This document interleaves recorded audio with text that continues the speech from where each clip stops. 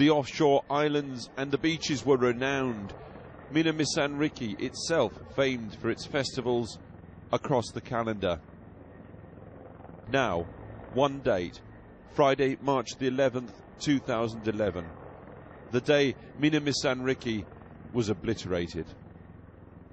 The destruction here, they say, worse than anywhere else in Japan.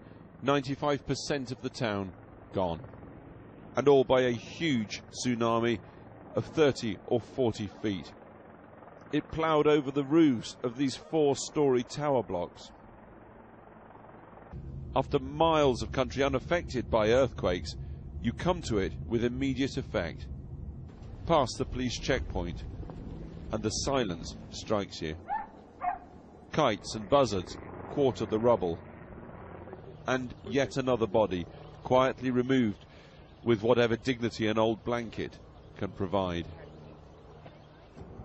Squads of police continue the retrieval process, but hardly anybody here appeared to be looking for survivors.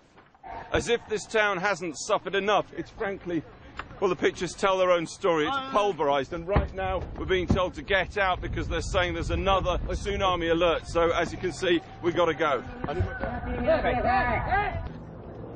Between such alarms, they wander back during the day.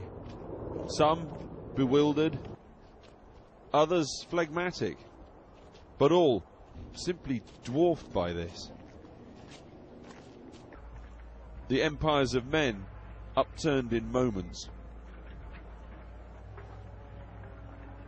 On the top of the, on the roof, a man was standing. I couldn't do anything to help him. Shinji was safe, teaching at the town's high school, high indeed, elevated above all this physically, and now a rambling shelter for the town's refugees. Tell me, how many people have been killed in this town?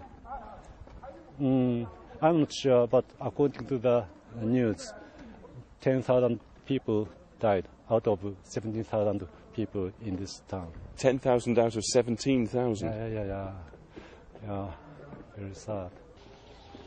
Killed in this awful collision between the incomprehensibly vast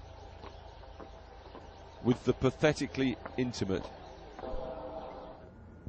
The sheer force and scale of it's hard to take in. Hundreds of thousands of tons of salt water and debris rushing up this valley, filling it 40 feet deep at 15, 20 miles an hour.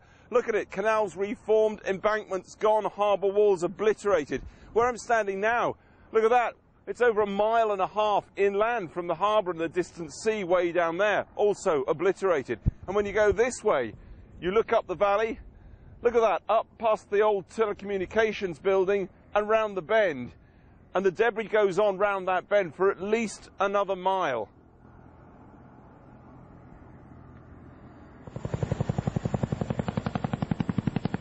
There is no hospital here, that's gone, so serious injuries must be flown out with the Japanese Defence Force. The waiting can be simple, undignified even, but there's a real sense of a community pulling together in all this. And astonishment that the outside world should care. At the school, a woman hugged us and said, "I can't believe you've come all the way from England for this." Pulling together too, behind the school gym. Delicate work this, the bureaucracy of death, identifying bodies and sending them on for their funerals. This is a small town. They know these people. These 9 more bodies, this time from a building just next door to the high school, the old people's home. Uchida Takina's a restaurateur in town, or he used to be.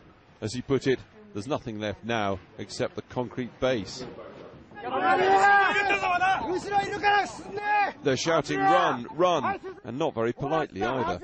It's another tsunami alert. Nothing happened here, though in fact there were a couple of tidal waves a little further up the coast.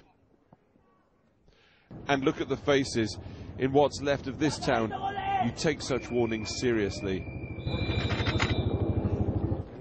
And should you wonder why so many are missing, presumed dead, when the town had 30 minutes warning between quake and tsunami. The answers in the terrain, hemmed into a steep valley, north, south and west. The one road out was quickly jammed as the 40-foot wave began coming in. Alex Thompson, Channel 4 News, Minamisanriku.